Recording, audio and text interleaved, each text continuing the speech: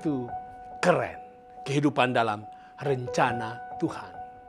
Setiap perusahaan yang maju harus memiliki misi, sasaran, keinginan yang hendak dicapai. Misalkan Tesla. Mereka menyatakan bahwa tujuan perusahaan mobil listrik terkenal itu adalah to accelerate the world's transition to sustainable energy. Artinya, perusahaan ini ingin untuk mempercepat transisi dunia menuju energi berkelanjutan atau energi yang tidak habis digunakan oleh generasi sekarang saja. Google juga menyatakan tujuannya adalah to organize the world's information to make it universally accessible and useful.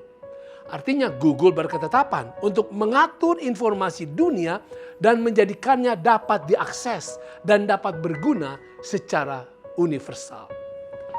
Bukan hanya perusahaan yang perlu memiliki misi. Kita secara pribadi-pribadi perlu memiliki misi untuk hidup.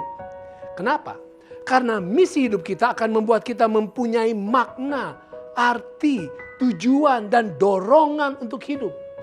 Misi pribadi kita akan mendorong kita untuk memikirkan secara mendalam tentang apa hidup kita ini. Kenapa kita ada, untuk apa kita hidup, dan kita mengenali apa yang benar-benar penting bagi hidup kita. Misi pribadi akan memperjelas dan mengungkapkan secara singkat nilai-nilai dan aspirasi terdalam dalam hidup kita. Dan supaya berdampak, saudara, kita harus integrasikan pernyataan misi pribadi kita ini ke dalam perencanaan harian kita. Pertanyaan, apakah Anda sudah punya misi kehidupan pribadi?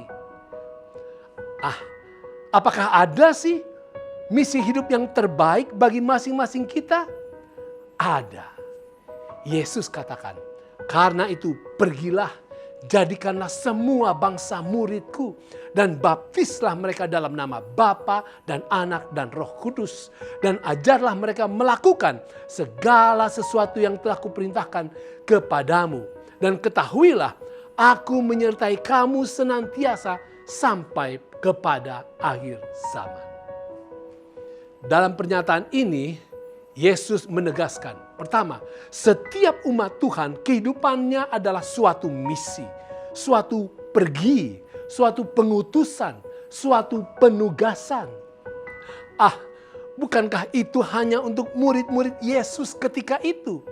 Benar, tetapi apakah murid-murid ketika itu bisa menjangkau semua bangsa? Tidak, bukan. Itu berarti misi Yesus adalah berkelanjutan kepada setiap orang yang menerima Yesus sebagai juru selamatnya. Yang kedua, setiap umat Tuhan hidup untuk memperbanyak umat Tuhan. Di dunia yang dikuasai setan, kita senantiasa bertugas untuk mencari dan merekrut pengikut Allah yang baru. Kita juga harus mengajarkan kepada dunia tentang dahsyatnya kasih yang Yesus telah sediakan. Yang ketiga, setiap umat Tuhan bekerja sama dengan Trinitas kealahan. Artinya Allah Bapa, Allah Anak, dan Allah Roh Kudus mendukung dan turun tangan penuh dalam setiap misi yang kita jalankan bagi pekerjaan penyelamatan dunia ini. Saudara, apakah sudah memiliki misi dalam hidup Anda?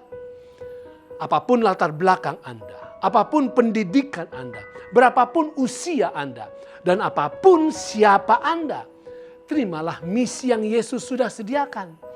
Dan Anda akan merasakan betapa indahnya kuasa kehidupan yang bekerja sama dengan para penguasa utama surga, Bapa, Anak, dan Roh Kudus. Itu keren.